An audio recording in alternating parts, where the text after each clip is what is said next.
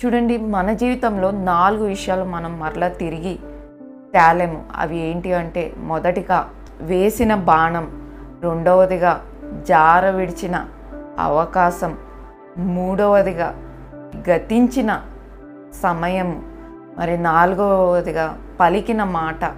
ఇవి మనం తిరిగి తీసుకోలేని విషయాలు. సమయం అనేది చాలా ప్రశస్తమైనది. ఒకసారి సమయం అనేది వెళ్ళిపోతే మరలా తిరిగి మనము కొనుక్కోలేము. చూడండి, బైబిల్ చెప్తుంది, సమయం పొట్టువలె గతించుచున్నది. ఒక యజమాని వచ్చాడంట, మరి ద్రాక్ష తోట 1 సంవత్సరం చూశారు, ఎటువంటి పండ్లు ఫలించలేదు.